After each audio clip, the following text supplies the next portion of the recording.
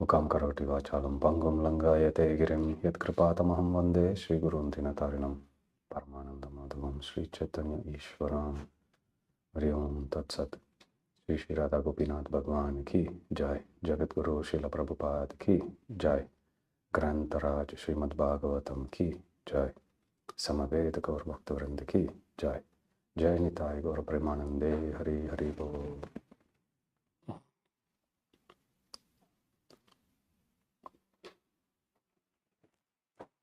Hare Krishna. So we're discussing on the 5th chapter of the first canto of Srimad Bhagavatam. Chapter is titled Narada's Instructions on Srimad Bhagavatam to Vyasadeva.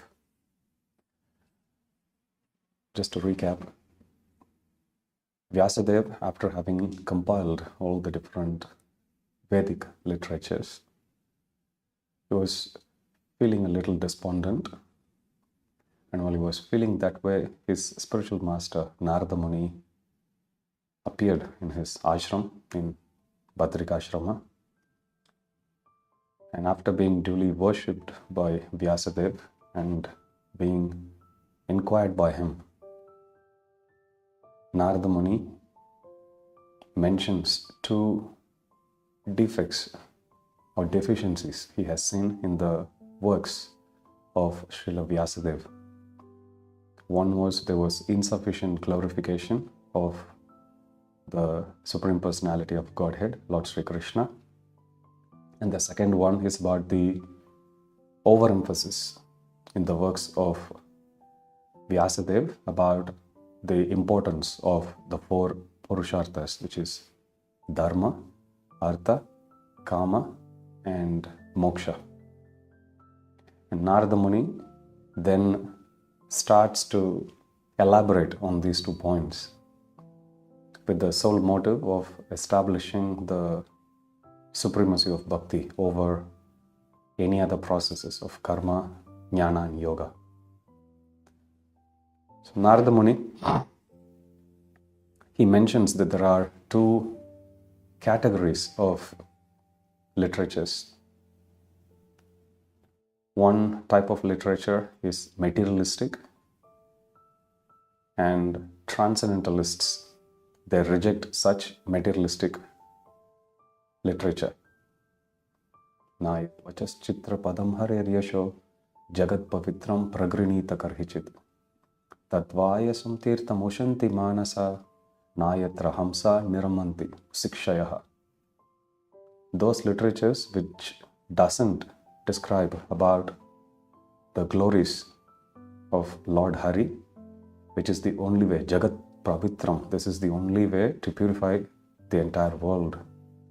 If a literature is devoid of such exalted glorification of the Supreme Lord, then those are rejected by the great transcendentalists as a pilgrimage of crows. Crows, whenever they come together, they just make noise. There is no use in that noise.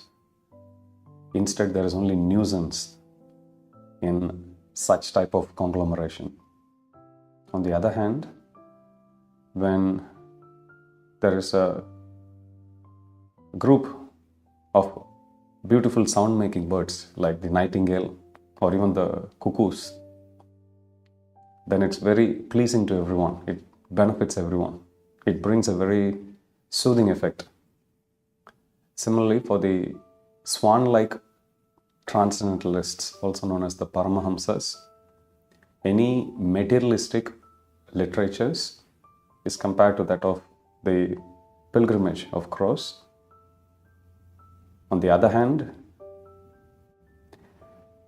even if the transcendental literature is irregularly composed, they are accepted, worshipped, remembered, and recited by the transcendentalists as all perfect work. Tadvag visargo janataga viplavo yasmin pratishlokam. Pratishlokam means every shloka, every word, if it is for the glorification of the Supreme Personalities of Godhead. Supreme Personality of Godhead.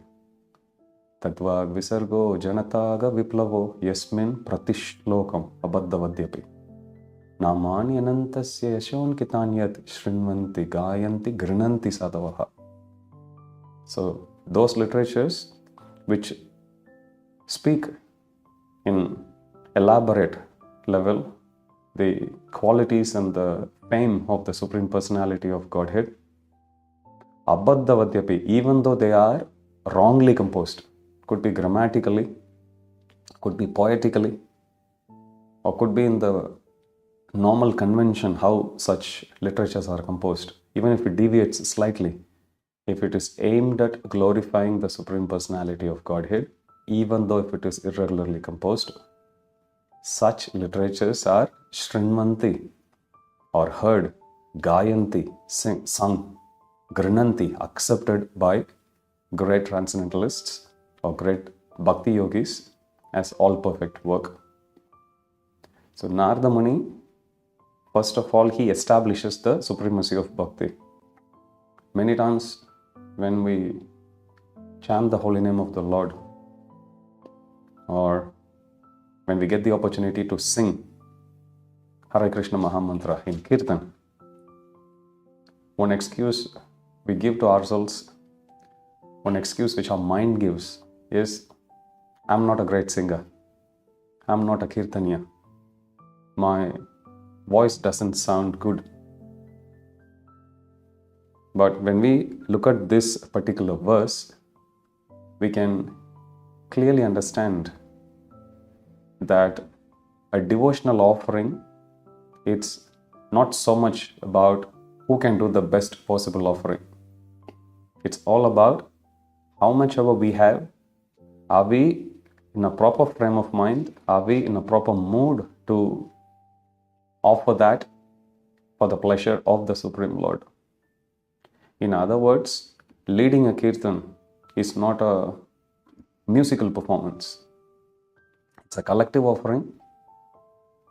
In one kirtan singer's place, anyone else can actually come and lead, as long as they have the heart in the right place and as long as they understand the responsibility of that role and then make a simple endeavor from their heart to make this offering for the pleasure of the Supreme Lord.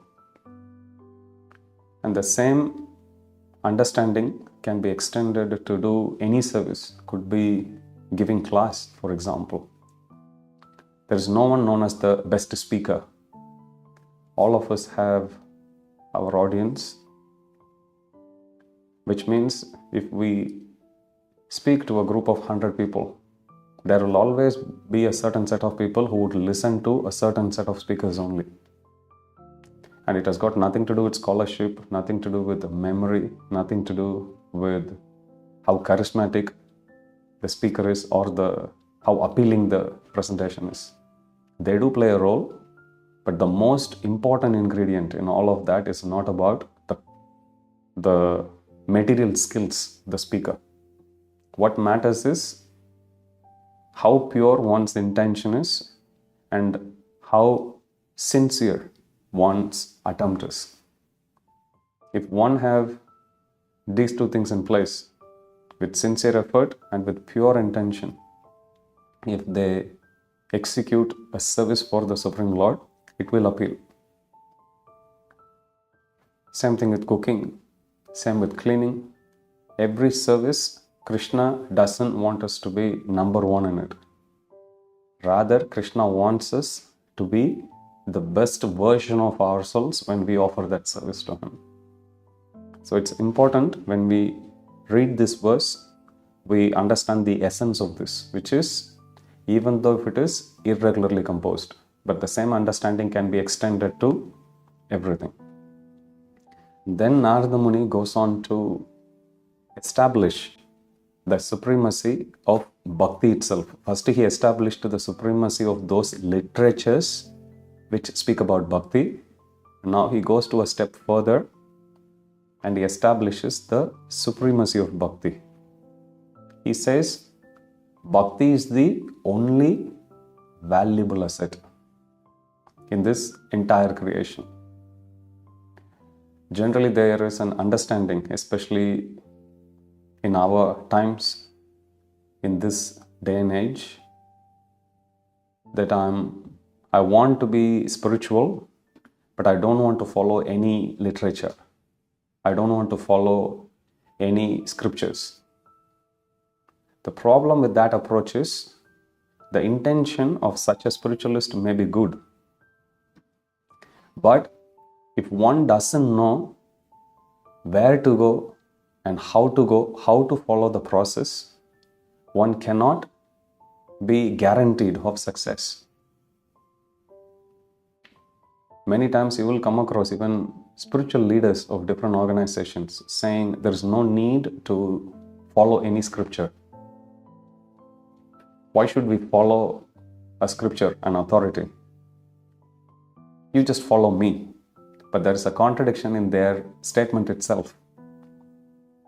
By saying that you don't need to follow any literature, they are actually giving instruction to their followers to not accept the authority of the scriptures, but instead accept their authority, which means they are contradicting their own statement. If their problem is about following any authority, then they should just keep quiet, because their own philosophy will defeat their stance. No authority means no authority, including yourself, if you happen to be a spiritual leader. So there is no consistency in such instructions. When people say, don't follow the scriptures, just follow me, that means you're contradicting your own philosophy. There is either you follow authority or no authority at all, including you. So one cannot practice spirituality like that. If everyone has to follow their own, then nobody should call themselves as the spiritual leader, if they have to take that consistent stance. So you will come across many instances, people, because of their ignorance or because of their bad experience, unfortunately, with even studying scriptures or even being misguided by someone in the name of scriptures. Because of that, unfortunately, they take an extreme stance of rejecting the scriptures altogether. But then in the process, they don't realize they are contradicting their own stance. End up being a hypocritical leader, saying, don't follow the scriptures, but then indirectly telling the followers, you just follow me. Following the leader based on their own mind. Following oneself means following one's mind. And that's the risk that's there in the scriptures being highlighted again and again and again. We are not the body, we are not our mind either. And our mind keeps changing its stance. Morning we have a certain opinion about something. 2 days later we'll change the opinion. Mind has already changed. Now how can we practice spirituality when we have such a shifting goalpost? We need to be very clear about the destination. We need to be very clear about the process, how to reach that destination. Srila Prabhupada, in one conversation with the Christian priest, says, we know who God is, we know His name, we know His Father's name, we know His address, we know where we are going.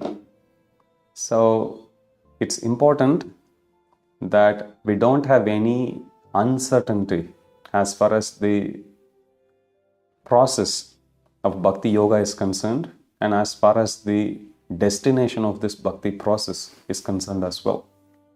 So that is why it's extremely important that we take shelter of the instructions of Krishna. In a recent youth class, one young girl asked me, when it says surrender to Krishna, what does it mean? Srila Prabhupada says, surrendering to Krishna means surrendering to Krishna's instructions. And how do we know what is the instruction of Krishna? Krishna has given directly himself in Bhagavad Gita, as well as in Srimad Bhagavatam, and in many places through his pure devotees like Narada Muni, Srila Prabhupada, Lord Brahma, Prahlad Maharaj, Prithu Maharaj, Yudhishthir Maharaj, Kunti Maharani, so many, Dhruva Maharaj, Swayambhuva Manu, Shukadev Goswami, Parikshit Maharaj, innumerable devotees.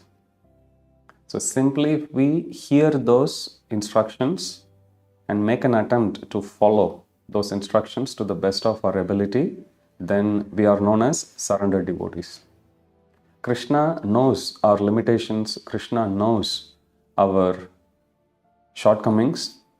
Still, Krishna sees our endeavor and he becomes happy when he sees our intention is good and we follow his instructions.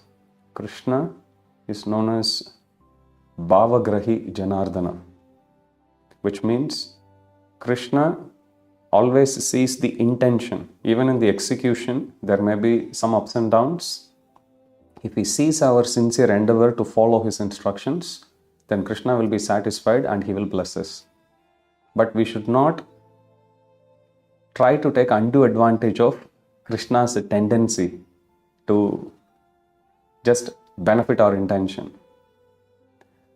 If we try to take advantage of that, try to cheat Krishna, Krishna will in turn cheat us.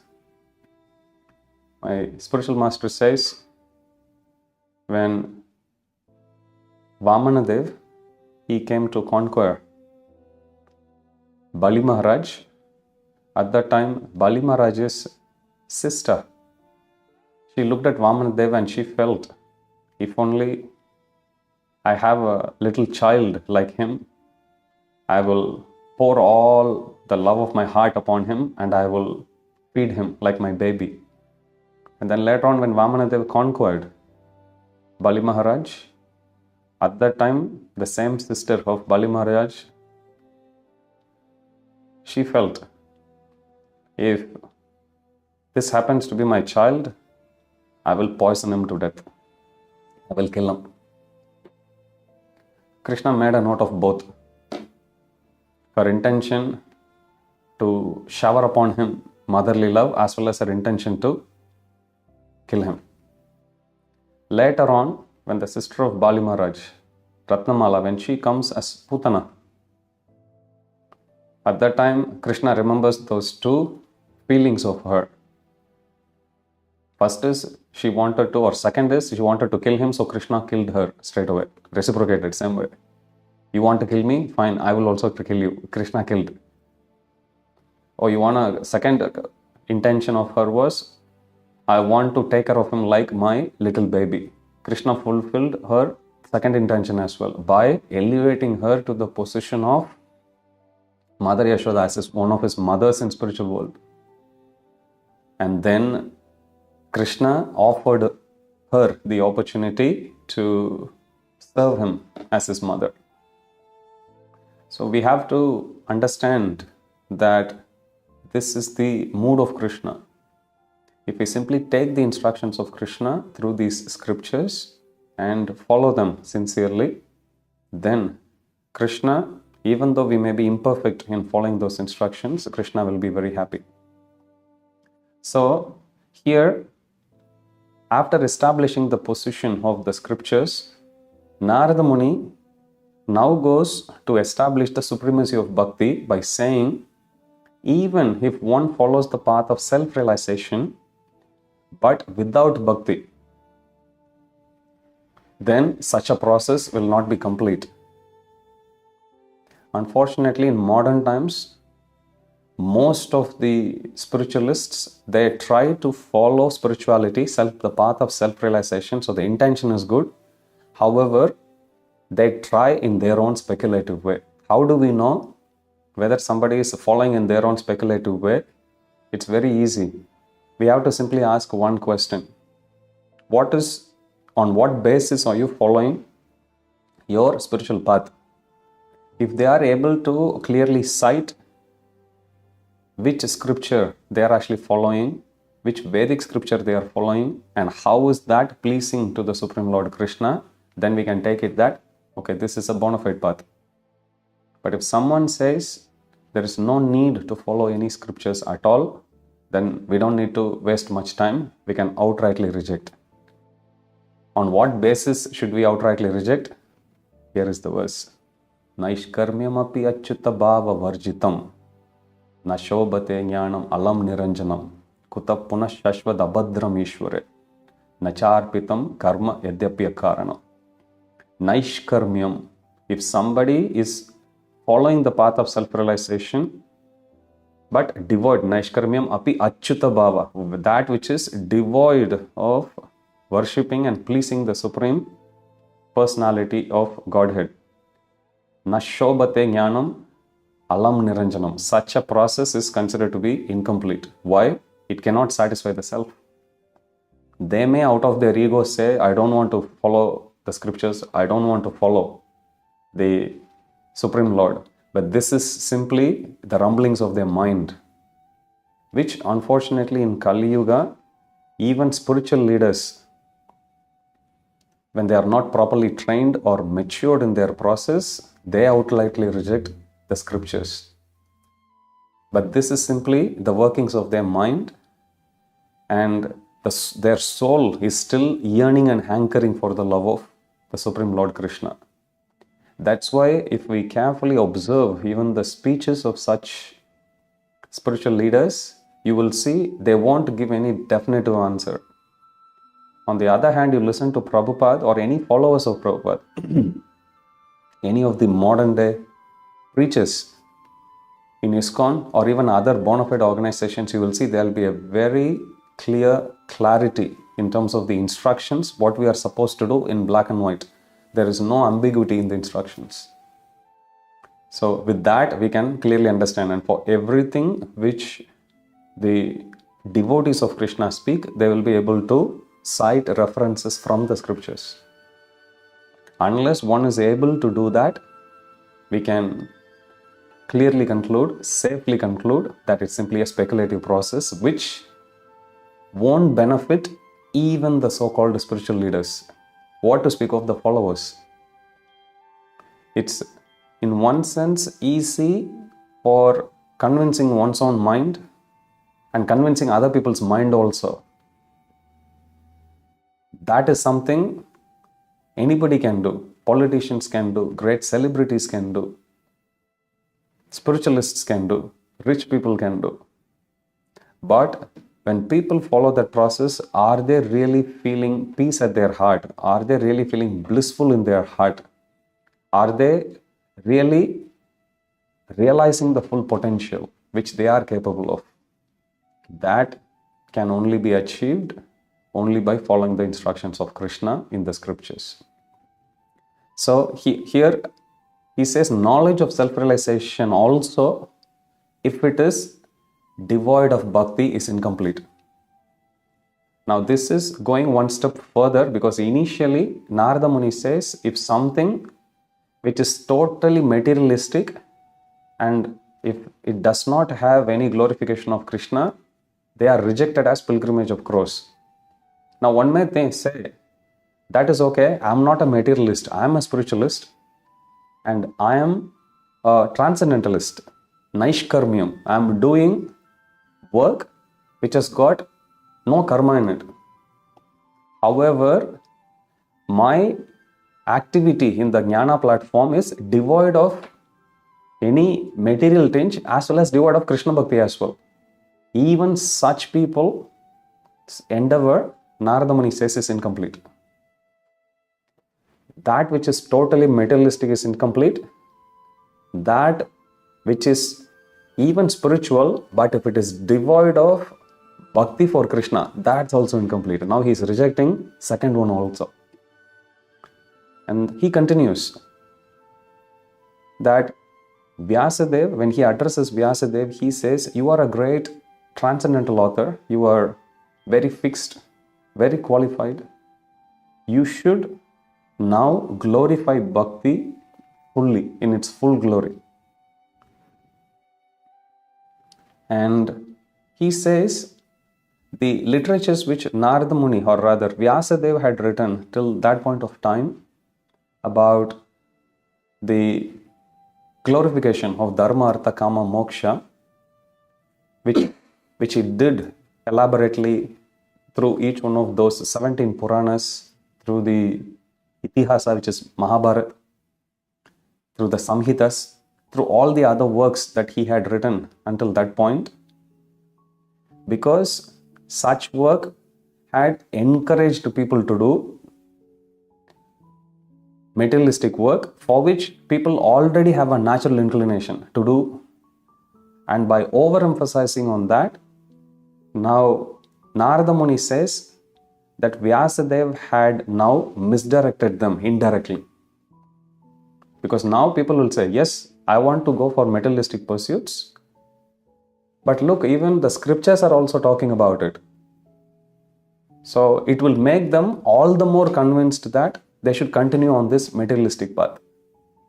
So in this way, Narada Muni points at the fault of the literary work of Vyasadeva, and then he says, in order to reclaim back all these people away from the materialistic energy and direct them, guide them towards the Supreme Personality of Godhead, you should now glorify only bhakti, which is devoid of the other four purusharthas.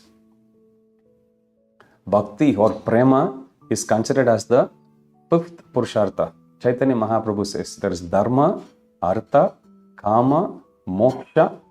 Fifth one is prema. Normally, people have the tendency to go only till moksha if they are fortunate. But spiritualists, if they follow the shastras properly, bhakti shastras properly, they'll go one step further and they'll go for prema. So Narada Muni in this way analyzes and establishes bhakti is the permanent asset, and whatever little one does in bhakti, that effect remains also forever. Tyaktva swadharmam charanam bhujam harer janna pakvo tapate tatavadi yatrakva vabhadram abuddham usyakim kovar tapto bhajatam swadharmatah. Tyaktva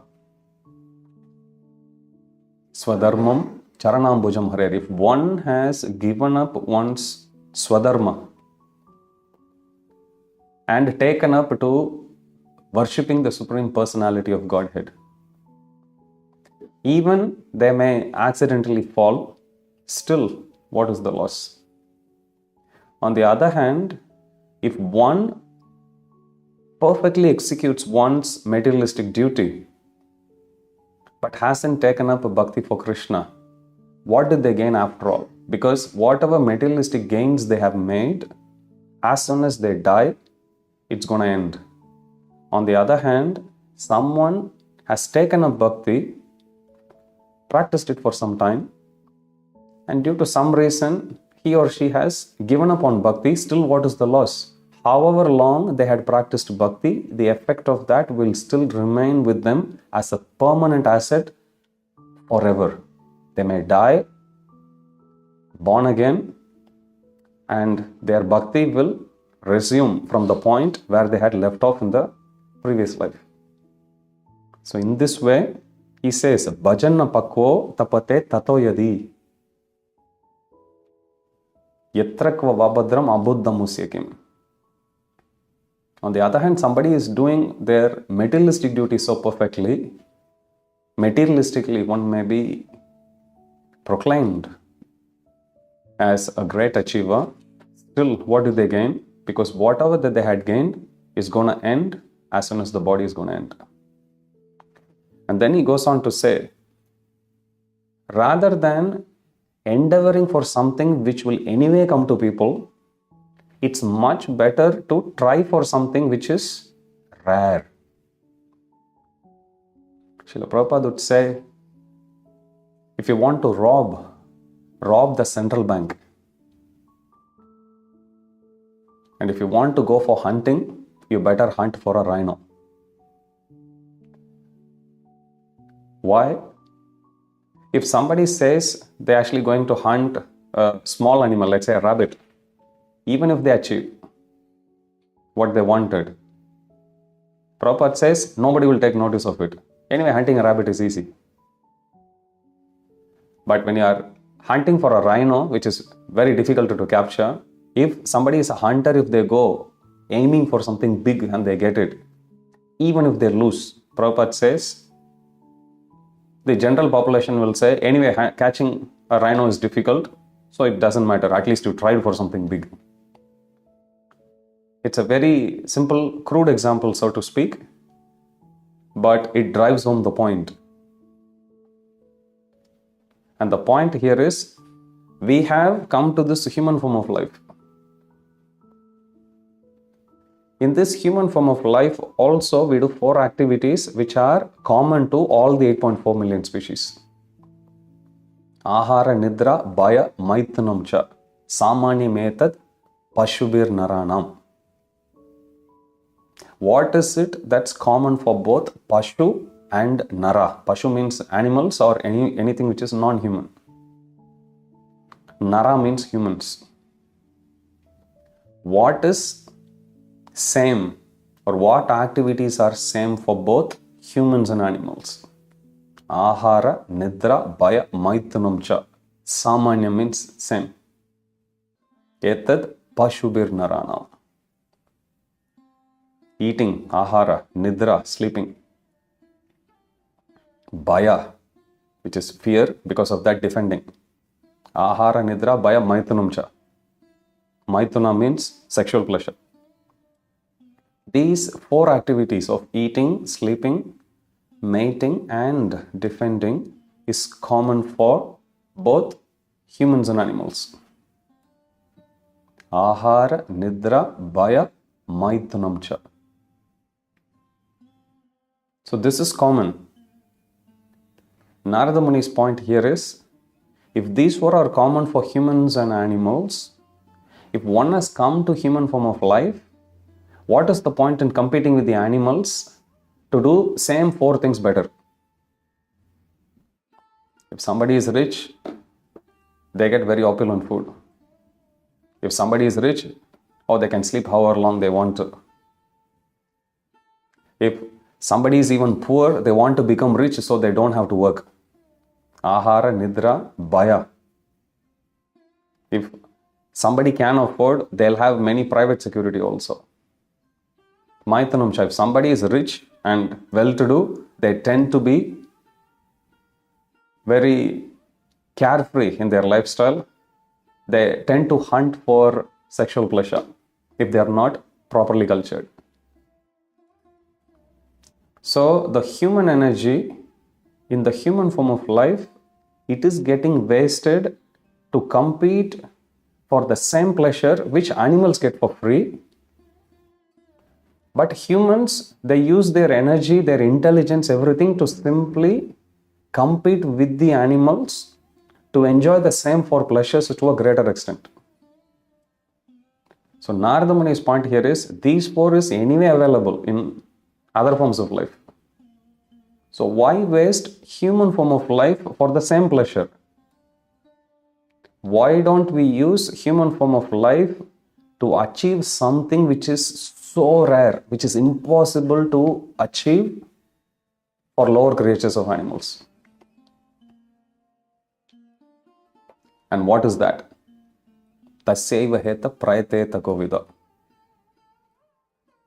Na labhyate yad brahmatam uparyada. Tallabhyate dukkavad anyatashukam. Kalena sarvatra gabira ramhasa. He says, in this life we get pleasure and pain. Just like how pain comes to us uninvited, pleasure also comes uninvited. Converse is also true. Just like how you can't hold your pleasures forever, we tend to. We have long weekend. First day goes, second day, third day. Let's say if it is a 4-day long weekend, 4th day we crave. Why can't this one be the first day of the long weekend again?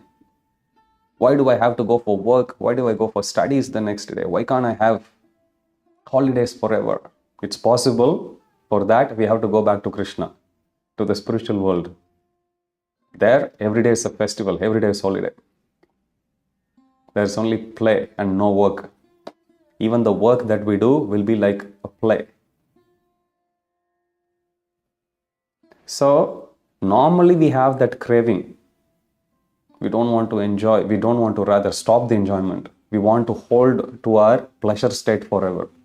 But is it possible? It's not possible, unfortunately, in material world. But if we take up to bhakti, even in this material world is possible. To enjoy forever. So Narada Muni says here, what is the point in endeavoring for the same 4 types of pleasure which animals are endeavoring, which will anyway come to you, just like how pain comes to you uninvited. And the pleasure will anyway go away from you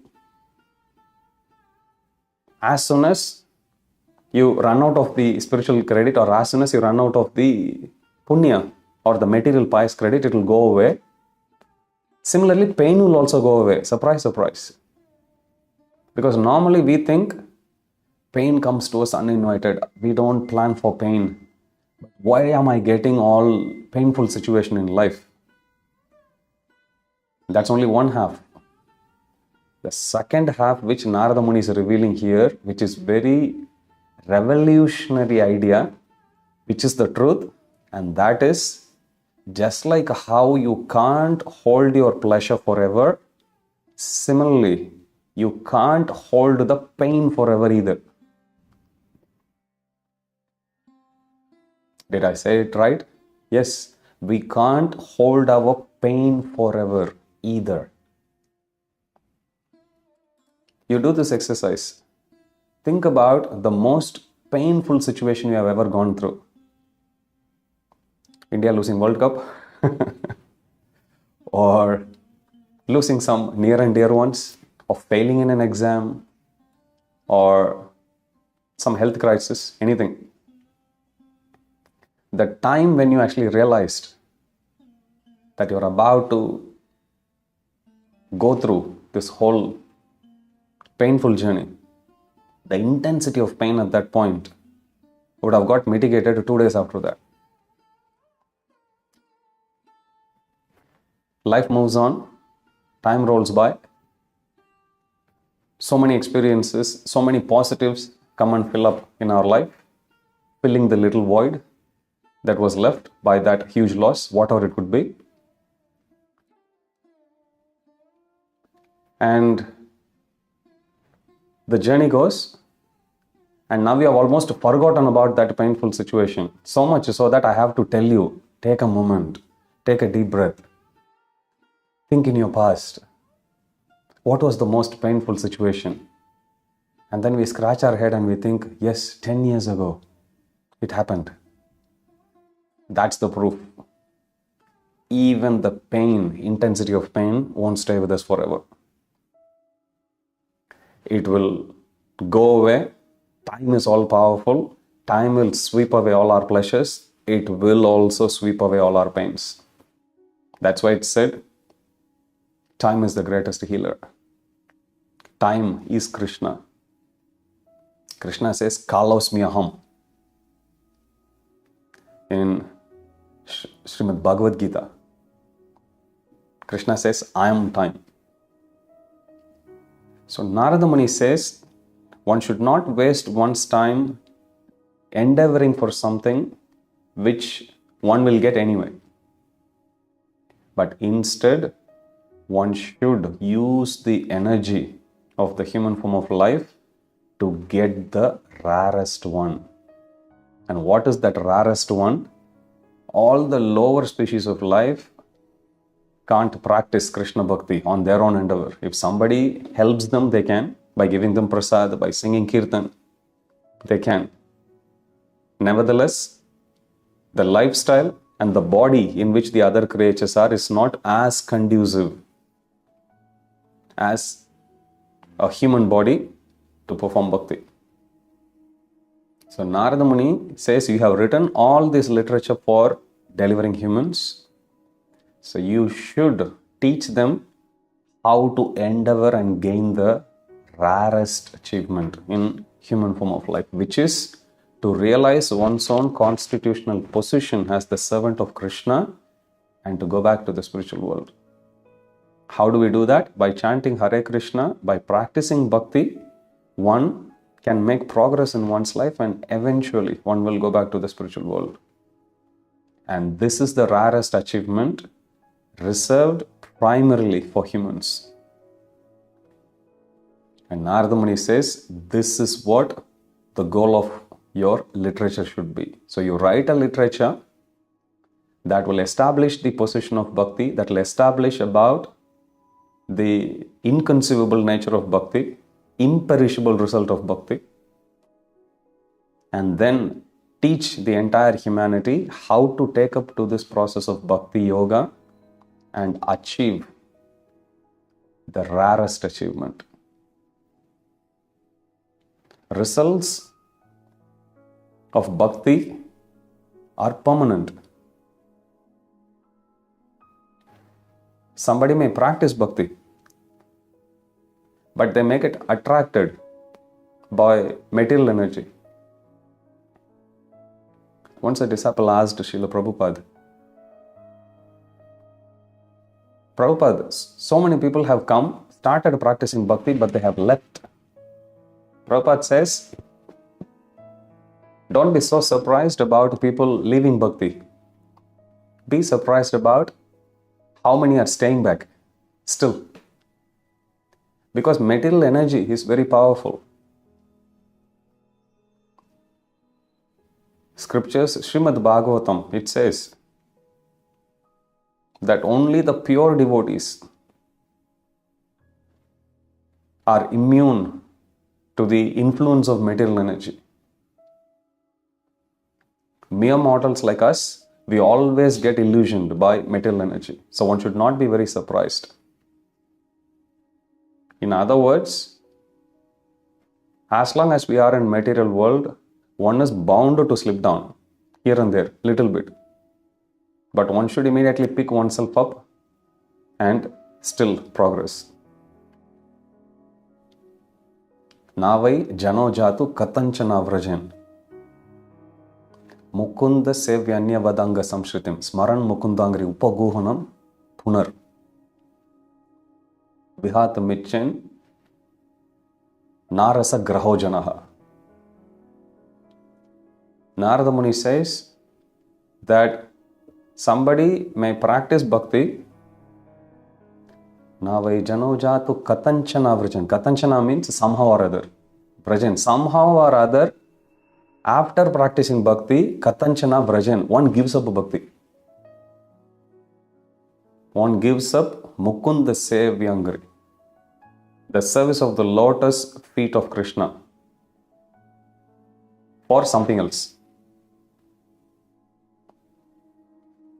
After one gives up practicing bhakti, service of the lotus feet of Krishna, and they go somewhere else, what goes on in their mind? Narada Muni is explaining in the third line. Smaran mukundangri upaguhanam punar. Even though they had served the Supreme Lord for some time and given up, moved somewhere else, Smaran mukundangri, they can't help but think about the lotus feet of Krishna.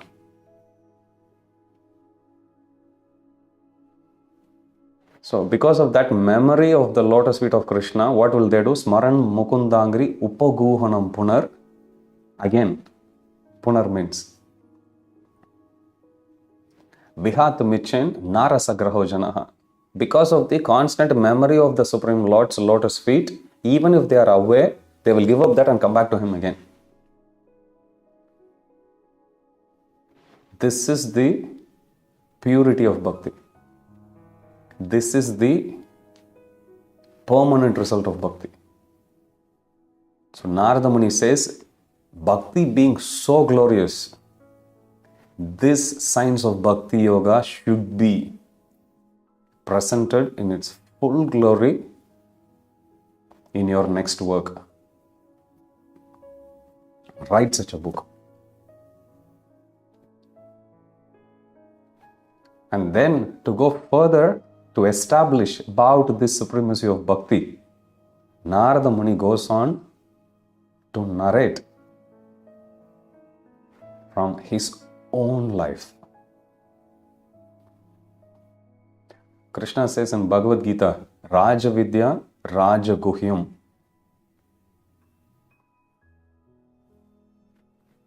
Pratyaksha Vagamam Dharmyam.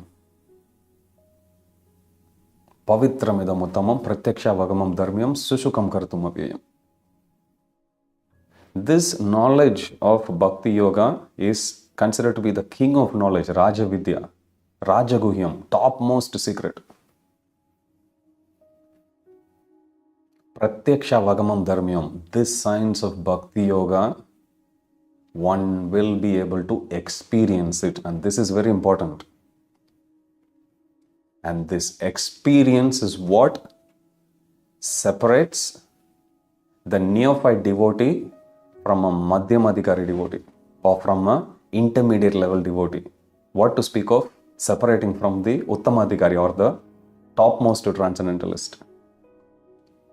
When we practice bhakti, initially we take everything on some blind faith, on some simple inspiration. But naturally, as we progress in bhakti, when we start to put the instructions of Krishna in our day-to-day life, in practice, we start to get realizations. Realization means experience. Pratyaksha Vagamam Dharmyam. And when one goes through that experience, that is when bhakti becomes sthira. That's when bhakti becomes very well established in our heart. And once one goes through that experience, through realization and one's own experience, then one will never give up bhakti. Narada Muni had gone through that experience. And Narada Muni starts to narrate. He could have chosen anyone else's story. But nothing would have inspired a disciple of Guru's instruction as much as Guru narrating from his own experience or her own experience to the disciple. So Narada Muni is now starting to narrate his own life. Narada Muni was born as, in his previous life, he was born as the son of a maidservant. Now in other Puranas, there is a description of Narada Muni, why he was born as the son of a Shudra. Initially, he was a Gandharva singer, a famous celestial singer by name Upabarhana. In one Sangha, Satsanga, when the attempt was made to glorify about the Supreme Lord, he started to offend by glorifying material beauty.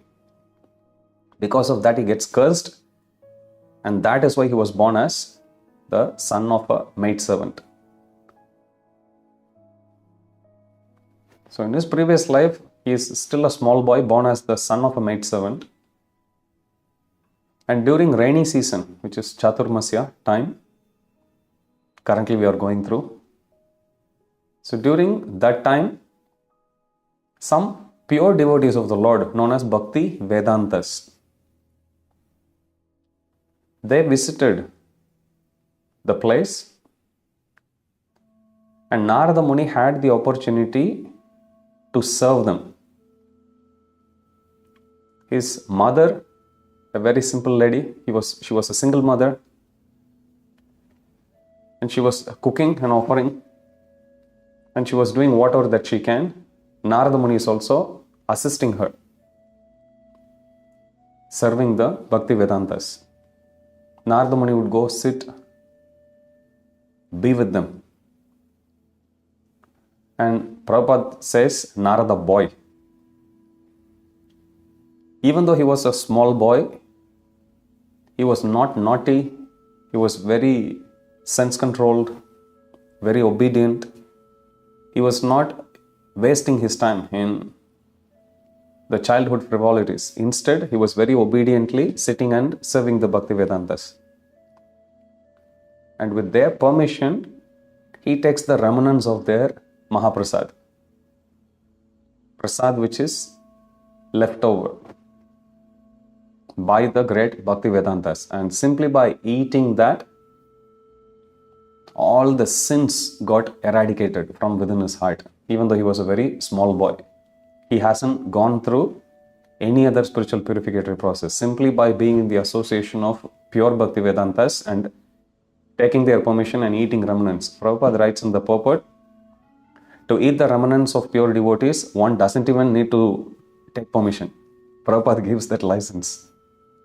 But in this case, Narada Muni says when he was the small boy, he took the permission from the Bhaktivedantas and he honored or ate the remnants. And by doing that, all the sins in his heart got eradicated. Because of that,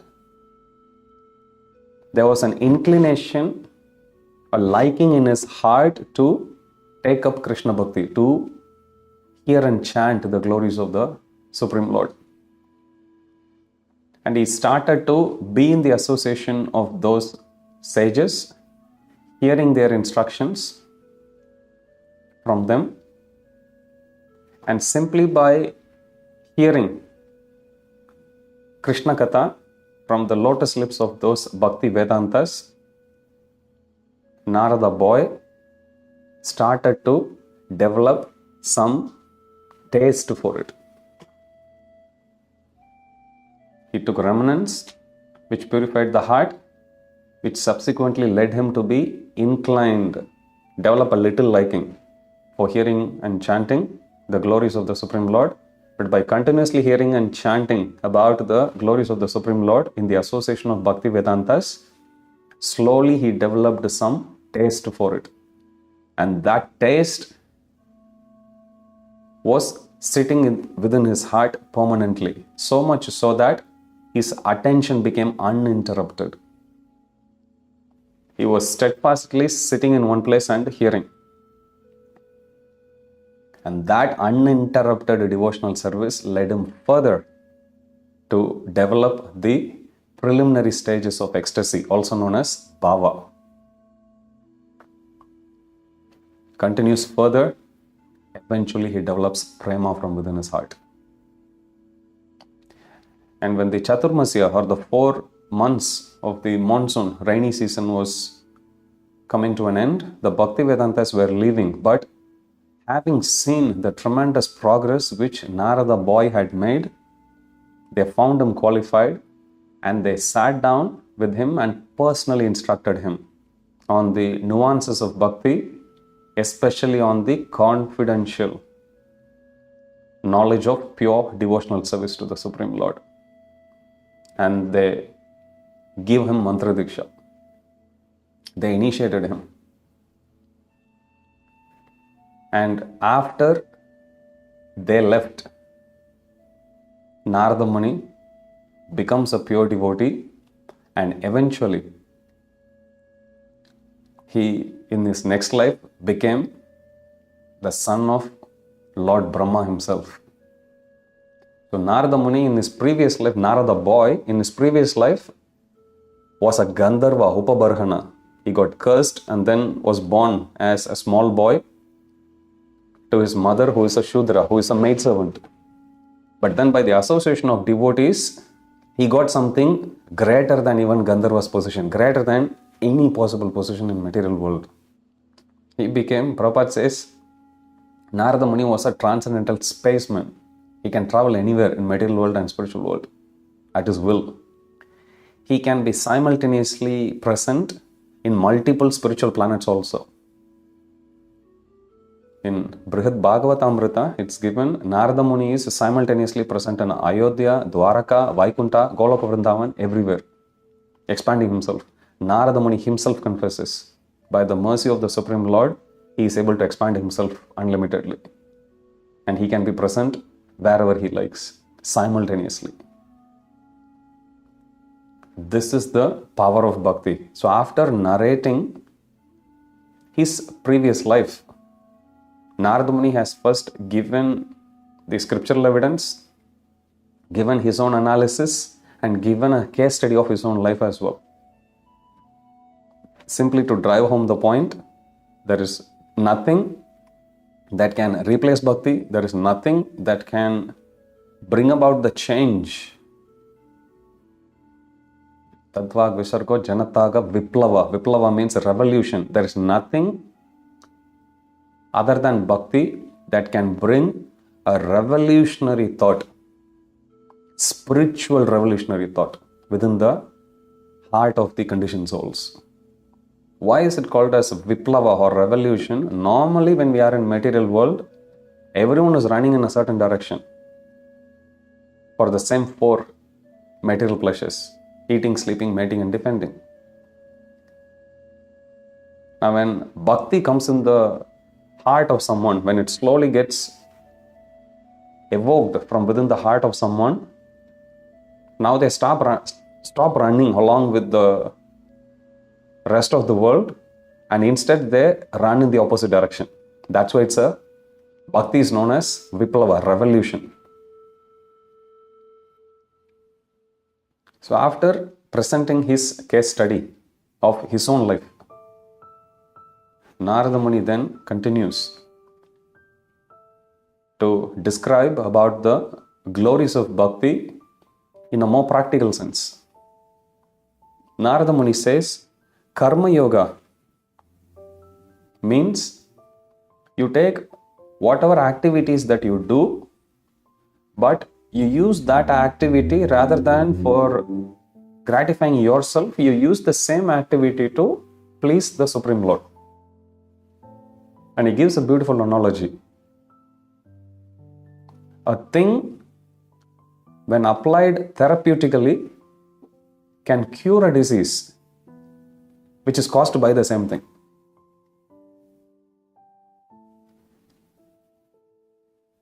And he gives an example. Prabhupada beautifully writes on the purport, you can read. Prabhupada says, if somebody, because of drinking milk, they developed some indigestion, what is the cure for it? Prabhupada says they should take curd, which is again milk. What caused the movement in one's bowels? Milk. What is the cure for that disease? Milk again. Same way, what is it that's causing bondage in this world? Fruitive activity. What is it that's gonna liberate us from this material world? Same activity, but rather than doing for our senses, pleasing our senses, same activity has to be done for the pleasure of Krishna's senses. That's all. Narada Muni breaks down the application of the principles of bhakti in such a beautiful manner, something which anyone can follow. Whatever activities we do, continue to do, but rather than for our pleasure, connect it with Krishna. He says this is Bhakti Yoga. This is Karma Yoga for a start, but the same activities over a period of time, we do only those things which is for the pleasure of Krishna, then that gets elevated to Bhakti Yoga. And then Narada Muni finally shares the mantras which the Bhaktivedantas had given to him.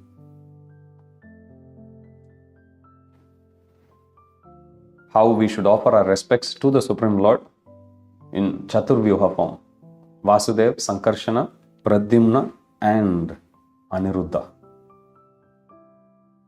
And he says that Supreme Lord who is Mantra Murti, who doesn't have any material form, but who has a spiritual form which can be worshipped in the form of transcendental sound. That Supreme Lord, who is known as Lord Sri Krishna, should be worshipped by chanting his holy name. And simply by chanting this mantra, which is given to him by the Bhaktivedantas, eventually he got liberated, and the Supreme Lord bestowed upon him, firstly, the position of being being born as the son of Lord Brahma. And he says, in particular, Lord Krishna gave him jnana, which is spiritual knowledge. Aishwaryam, jnanam is spiritual knowledge. Aishwaryam, which is spiritual assets, spiritual opulences, which is bhakti. Bhakti is the greatest opulence of our heart. And he says he also gave him swasmin bhavam, which is intimate, loving service to the Supreme Lord. So these are the three benedictions which Lord Krishna had given him when Narada boy in previous life perfected his bhakti. He gave him transcendental knowledge, jnanam. He gave him aishwaryam, spiritual opulence. He gave him swasmin bhavam, which is the intimate loving service to the lotus feet of Lord Krishna himself. So these are the three gifts Narada Muni achieved at the end of his previous life. Finally, he concludes, therefore, my dear Vyasadeva, please glorify Lord's glories as they are. And these glories are capable of achieving two things. First is, it will satisfy the hankerings of learned men in this world. There are people who may be very highly intellectual, but they still have the hankering. Narada Muni says, bhakti alone can satisfy the hankerings of learned men. And secondly, he says, bhakti alone can mitigate the miseries of common men. Hankerings of learned men and mitigation of miseries of common men. And he says, in fact, bhakti alone can do. Nothing else can actually wipe out the miseries of this material world. So he establishes bhakti this way, and he concludes his instructions to Vyasadeva. Why he should glorify bhakti, why he should propagate the glories of the Supreme Personality of Godhead as they are. And this is how the 5th chapter of the 1st canto concludes. We'll stop here. You can ask if you have any questions.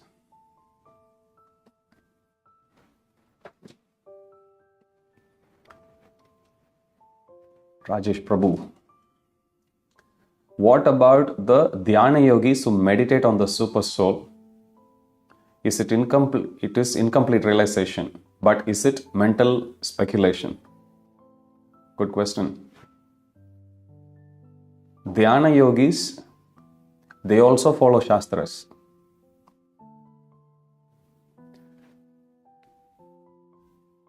When it is said incomplete, they follow Shastras. Their knowledge, is it bona fide? It is bona fide. But their knowledge, is it complete? It is not. So your understanding is correct. The realization is true, but it is not fully perfect. Prabhupada says Brahman realization, Paramatma realization, and Bhagavan realization. Compared to materialistic life, Brahman realization is superior. Compared to Brahman realization, Paramatma realization is superior, but it's still not fully complete.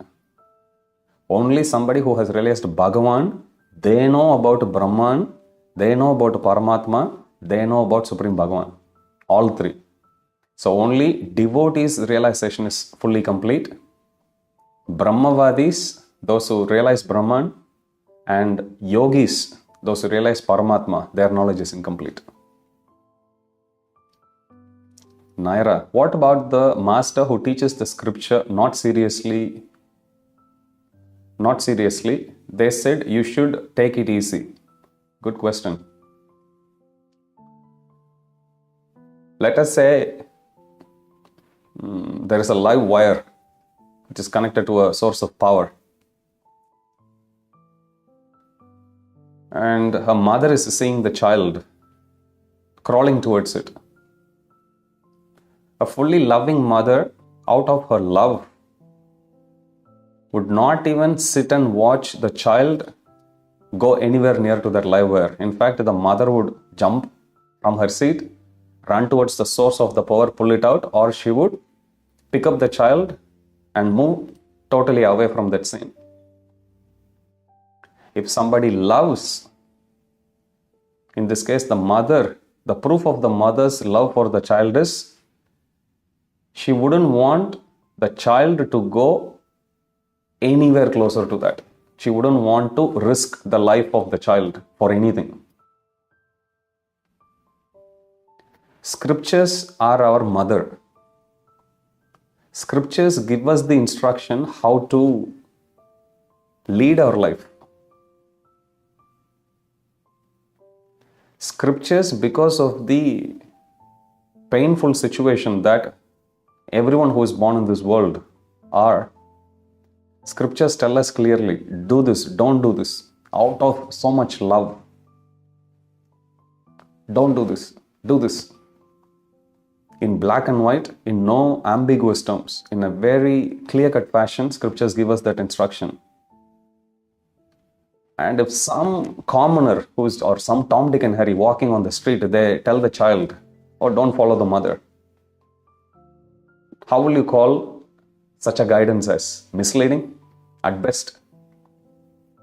Envious at worst? So if somebody says follow scriptures but don't take it seriously, you should not take such a person seriously. Instead, stick to your mother. Chirag Prabhu, does Nectar of Devotion book elaborates in depth about the Bhakti Yoga? Can it be referred? Absolutely. On Nectar of Instruction, Nectar of Devotion, Srila Prabhupada says in one place, I heard it in His Holiness Tamal Krishna Goswami Maharaj's class. Maharaj says, Prabhupada once said Krishna book as the incarnation of Krishna and Nectar of Devotion as incarnation of Srimati Radharani. So it's a beautiful book.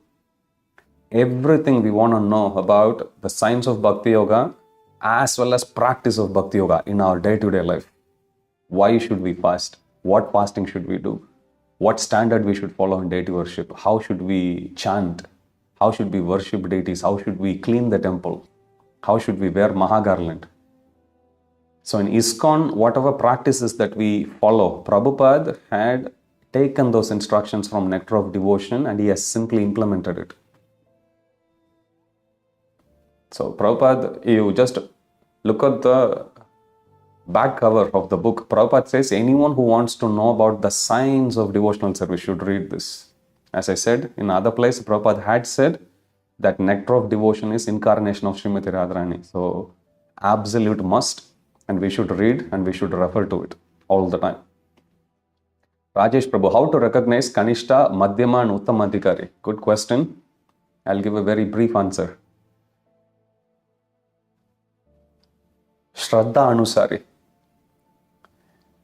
Depending on the faith and depending on their knowledge. There are other criteria, but just for the sake of time, I'll just keep it simple. The Shraddha means faith. Faith of Kanishta or the beginning level devotee will be shaky. If somebody is new, they may practice bhakti. But if somebody else comes and says, why are you worshipping Krishna? You come here, I'll take you. You don't need to follow any principle at all. You don't need to follow any scripture. You just come here, I'll teach you how to realize you. The person may get distracted and go away. That's how shaky they are. So that is Kanishta. Madhyama means they have very strong faith. Nobody will be able to shake their faith. Uttamadhikari means their faith will be so strong, whoever looks at them, they will get converted. In other words, when a pure devotee is there present, simply in their presence, by their contact, other people will also become pure and other people will also develop a faith in Krishna. In terms of knowledge, a Kanishtadhikari's knowledge is very weak because of lack of Shastric studies. That's why studying scriptures is very, very important. As you can see here, one of the most defining criteria about where we stand in bhakti is based on knowledge. And that knowledge comes from hearing and reading. So Kanishtadhikari's knowledge is weak. Because of that, when somebody comes and tells even something bogus, they will get convinced and they will move away. That's Kanishta. Madhyamadhikari means one who has knowledge. If somebody comes for a philosophical debate, they may not be able to convince them 100% of the time, but they will at least their bhakti will be at least strong enough that they would reply back saying, look, I may not have the answer, but I'm convinced this is the process. If you want more answers, come, I will take you to someone else who knows the answer. On the other hand, Uttam Adhikari, they'll be able to convince whatever questions one actually asks. As I said, there are other criteria also, which Srila Prabhupada has elaborated. You will find them in Nectar of Instruction. Can anyone become Narada, or is he the only one like Lord Shiva? Narada is not a position. Shiva is also not a position. There was a pure devotee. His name happened to be Narada. Just like there is Ajamila, like there is Yudhishthir Maharaj, there is Arjuna. Like that, this pure devotee's name is Narada. Narada is not a position. It's a name of a Jiva like you and me, who was initially Upabarhana, and then he was born as the son of a Shudra, and then he was born as the son of Lord Brahma, where he was named Narada. Narada means one who gives Narayana to others. That's Narada. In other words, one who gives Krishna Bhakti or Bhakti of the Supreme Lord to others is Narada. Can anyone become a pure devotee like Narada? Yes, anyone can become. Srikant Sena, Prabhu. Narada's instructions look to be coming from the platform of selflessness. How do I, who am selfishly practicing Krishna consciousness, absorb these teachings? Good question. We are in material world, and there are immediate needs for us, and there are long-term needs for us as well.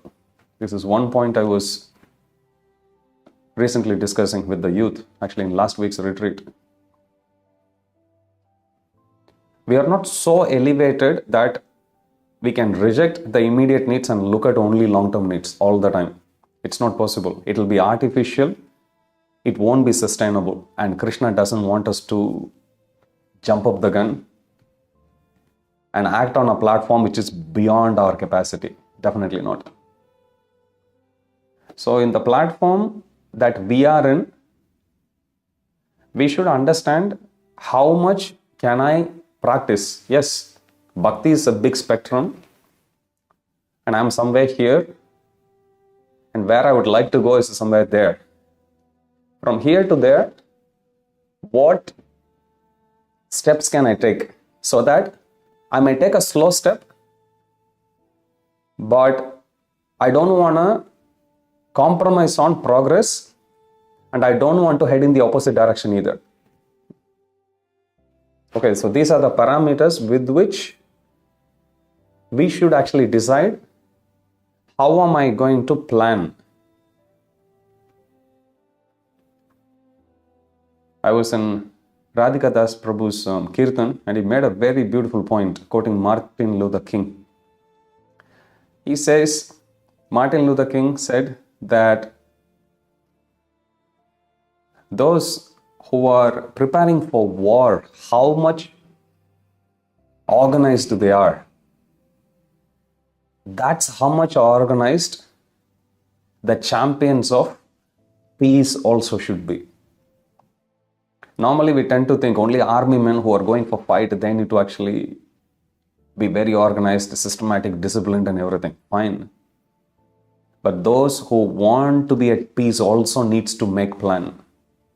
His Holiness Devamrit Swami Maharaj always says, we should shape up our life centered around chanting the name of Hare Krishna, especially chanting our 16 rounds. Everything else should be in support of that. That can be your job, your lifestyle, your sleeping style, any other interests that you may pursue, doesn't matter. But what is non-negotiable is the quality of our chanting 16 rounds. Everything should be working around that. If you have to make adjustments, adjustments should be made for the other activities, but not chanting. Same way, in Krishna consciousness, we are wherever we are and we want to go somewhere higher. From here to there, what steps am I going to take slowly? That's not selfishness. That's being practical, and that's exactly what Krishna wants of us. That's exactly what Prabhupada wants of us. There is a common criteria which we all follow, which is chanting 16 rounds and following 4 regulative principles. But beyond that, how much can we actually take up? How serious can I actually practice bhakti? What steps should I take? Should I take a giant leap or should I take small steps? It varies from individual to individual. But the rule of thumb there is the progress can be slow, not a problem. But there should be some progress. So that's rule number 1. Rule number 2 is that progress should be in the right direction, not in the opposite direction. There is no such state as maintaining oneself in the same state. There is no inertia in material world. Material energy is very dynamic, which means we need to strive to move forward. As I said, that step forward can be 1 inch at a time, no problem. But some progress has to be there, little bit. Movement, we can't be stagnant. That's all. Okay. Thank you for all those wonderful questions. We'll see you next week. Jagat Guru Srila Prabhupada ki jai. Shri Radha Gopinath Bhagwan ki jai.